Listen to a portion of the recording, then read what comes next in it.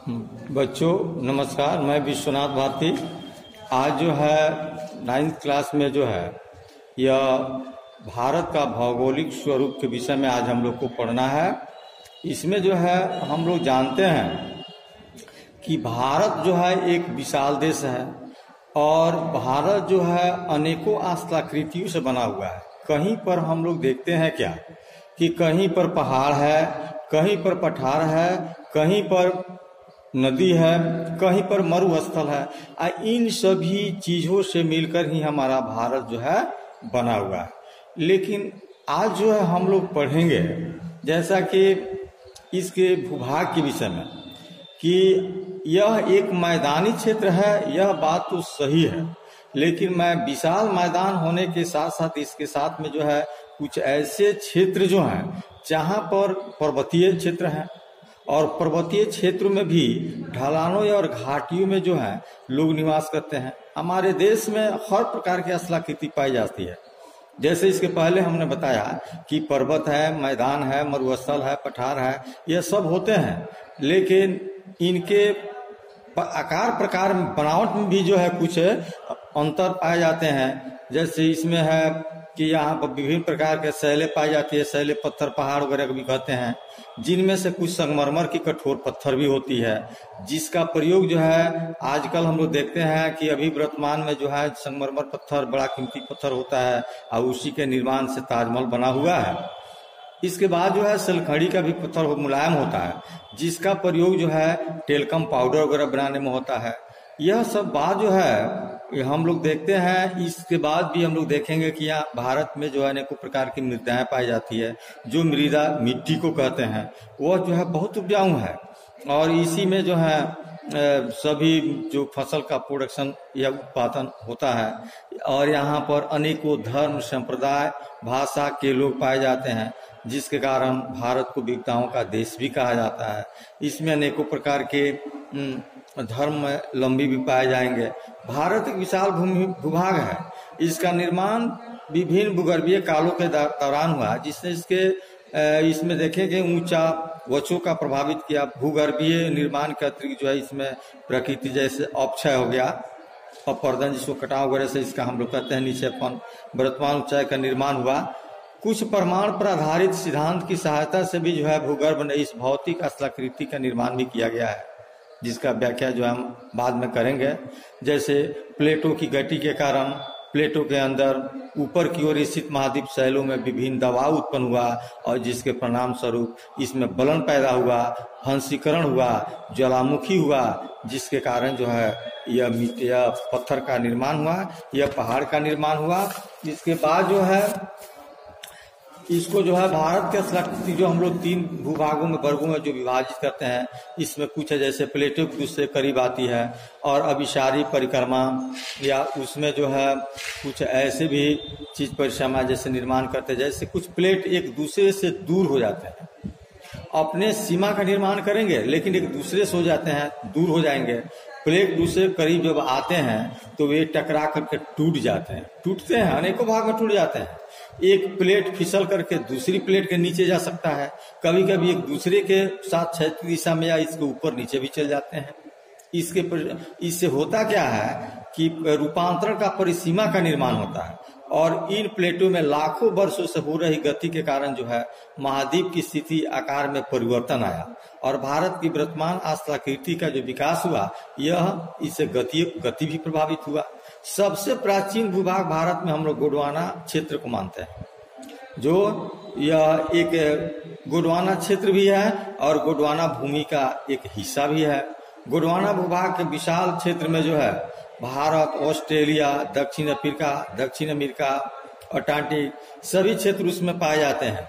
लेकिन भूपट्टी को अनेक टुकड़ों में विभाजित कर लिया जाए और इस प्रकार भारत ऑस्ट्रेलिया की प्लेट गोंडवाना भूमि का जो अलग होने के बाद उत्तर दिशा की ओर जो प्रवाहित होने लगी, उत्तर दिशा की ओर प्रवाहित के परिणाम स्वरूप यह प्लेट अपने से अधिक विशाल प्लेट बना और जिसको हम लोग यूरेशियन प्लेट के टकराने से जो है इस टकराव के कारण इन दो प्लेटों का जो बीच में जो है दरार पड़ गया, टूट फूट गया, जिसके टेटिस भू आकृति के नाम से या औषधि चट्टान के या बलित पर्वत के नाम से भी इसको पश्चिम दिशा में जो है विकसित हुआ है, उसको ऐसे नाम से भी जाने जाते हैं। टेनिस के हिमालय के रूप में ऊपर टूटने तथा प्रायद्वीपीय पठार के उत्तर किनारे के बीच में धंसने का परिणाम स्वरूप बहुत बड़ी द्रोणा का निर्माण हुआ और समय के साथ जो है बेसिन पूर्वी दक्षिण पश्चिमी जो है यह पठारी बनने वाली नदियां जो है इसे भी अवसादी क्षेपण के द्वारा धीरे धीरे भर गया और भरने के बाद जो है जलोढ़ मिट्टी निर्माण के विस्तृत विभाग जो है भारत के उत्तरी मैदान में विकसित हो गया और इसके विकसित होने के बाद जो है हम लोग देखें कि भारत की भूमि बहुत अधिक भौतिक विविधताओं का दर्शाती है। भूगर्भ में जो है अनेकों प्रकार के पठार पाए जाते हैं और इसको प्राचीन पठार के नाम यानी पुराने पठार के नाम से जाना जाता है। इसे भूमि का एक ही स्थिर भाग माना जाता है और ढाल के भूकंपों ने ऐसे गलत साबित किया कि हिमालय के उत्तरी मैदान ढाल में बना स्थलाकृति है। भूगर्भ वैज्ञानिकों के अनुसार जो है हिमालय पर्वत अस्थिर भाग है और हिमालय का पूर्वी पर्वत श्रृंखला जो है यह स्थलाकृति को जो दर्शाती है जिसमें बड़े ऊंचे ऊंचे शिखर पाए जाते हैं, गहरी घाटियां पाई जाती है, तेज बहने वाली नदियां पाई जाती है। इसके साथ में जो लाई गई मिट्टी से जो मैदान बना हुआ जिसको हम लोग जोड़ो नीचे की मिट्टी से भी कहते हैं और वह मैदानी भाग में जो नदियां आती है वो अपने साथ जो बहुत सारे जो है मिट्टी काद वगैरह लाती है जिसके कारण जो है यहाँ पर जो है यह मैदान का निर्माण हुआ है और यह मैदान जो है काफी उपजाऊ होता है। जैसे भारत का भौगोलिक वितरण के रूप में हम लोग देखें तो इसको 6 भाग में बांटा गया है। पहले क्या है, हिमालय पर्वत श्रृंखला है, उत्तर का मैदान है, प्रायद्वीपीय पठार है, भारतीय मरुस्थल है, तटीय मैदान है, द्वीप समूह है।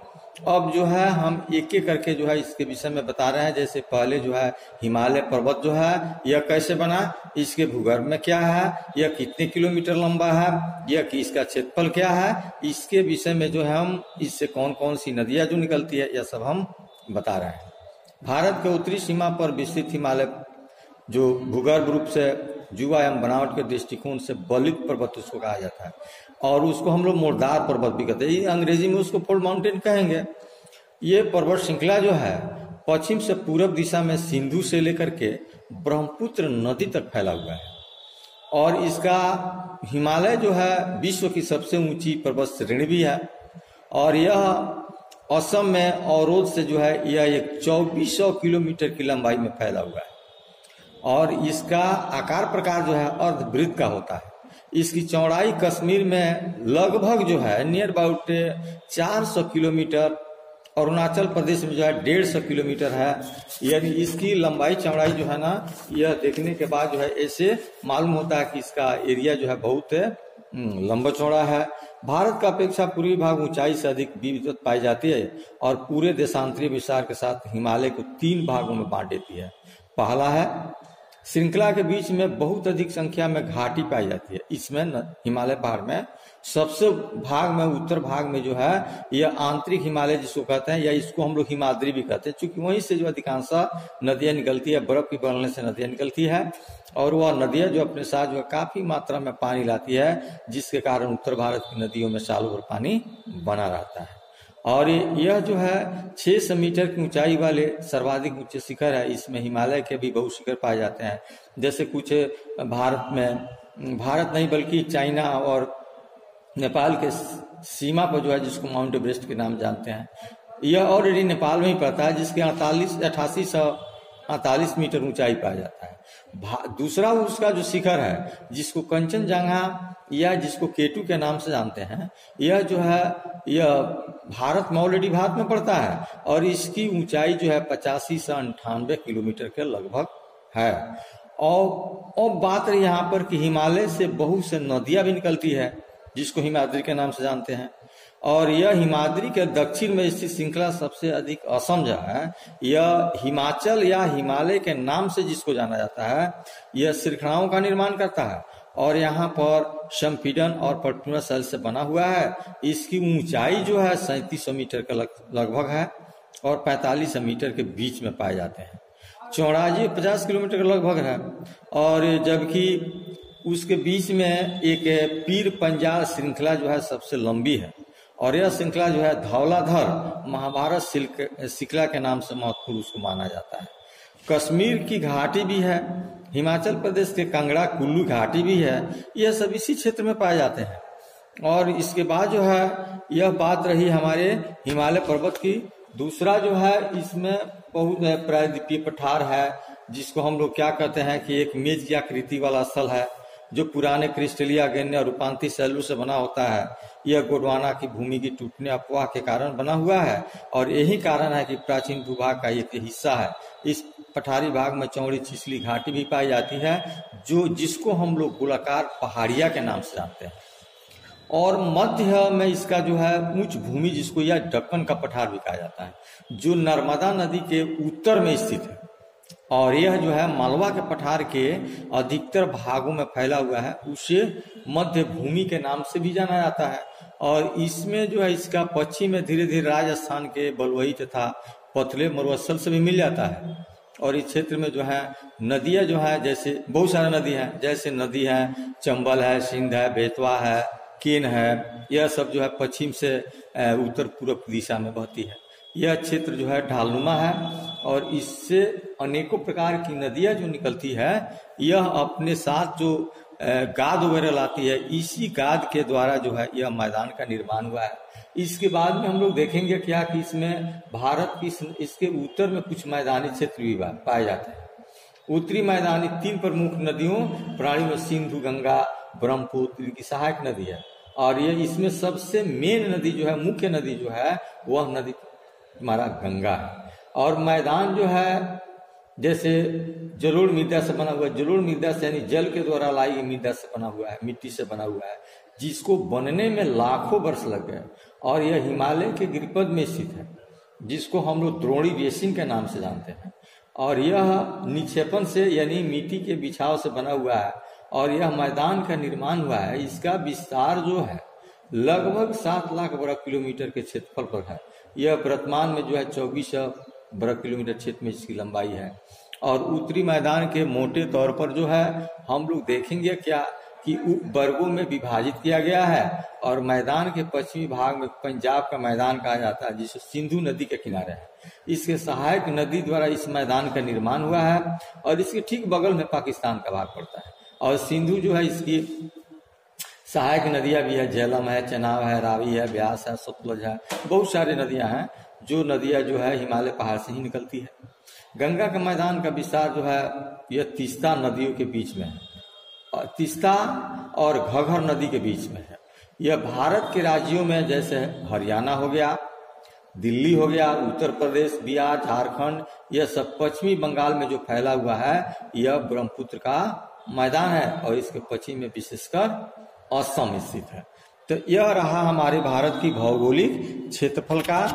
दूसरा जो है इसमें हम लोग देखेंगे कि भारतीय मरुस्थल भी पाए जाते हैं। भारत में मरुस्थल कहते हैं जहाँ पर बालू ही बालू हो, जैसे अरावली की पहाड़ी के पश्चिम किनारे पर थार का मरुस्थल है जो राजस्थान में पड़ता है।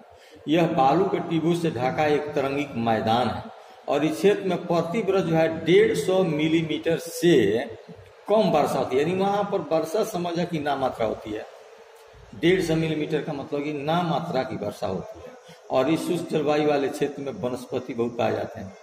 वर्षा ऋतु में कुछ नदियां जो है ना दिखती है और जैसे ही वर्षा समाप्त होता है ना, क्या होता है, नदियां सूख जाती है, क्योंकि वहां पर बालू ही बालू है। इसके बाद जो है बालू में ही विलीन हो जाते हैं, यानी सूख जाते हैं और जल नहीं मिलने से समुद्र तक नहीं पहुंच पाती है। इसमें एक नदी है जिस नदी को हम लूनी के नाम से जानते हैं और यह नदी जो है ना वहाँ का वह मरुस्थल का जो है ना सबसे बड़ी नदी के रूप में मानी जाती है और यह अधिक क्षेत्रफल में है और इसका टीला जो है भारत पाकिस्तान सीमा का पश्चिमी श्रृंखला में भी पाए जाते हैं। अब रहा तटीय मैदान, तो तटीय मैदान में हम लोग देखेंगे क्या कि इसके किनारे जो पट्टीदार विस्तार है और यह जो है पश्चिम से अरब सागर से लेकर पूरब में बंगाल के खाड़ी तक यह तटीय मैदान का बिछावा है। पश्चिमी तट, पश्चिमी घाट, अरब सागर, यह सभी संकीर्ण मैदान है। इस मैदान में 3 भाग हैं जिसको हम लोग कोकड़ा, जो जहाँ पर जो है मुंबई तथा गोवा पाए जाते हैं। मध्य में है कंगड़ का मैदान है, दक्षिण भाग का मालवा का तट का मैदान है, बंगाल की खाड़ी है। यह सब भाग जो है हमारे तटीय मैदान में ही पाए जाते हैं। इसके बाद से जो हम लोग देखेंगे इसमें कुछ ऐसे भी भाग जो हैं जैसे हम लोग द्वीप समूह के रूप में देखें तो इसमें बहुत बड़े द्वीप पाए जाते हैं।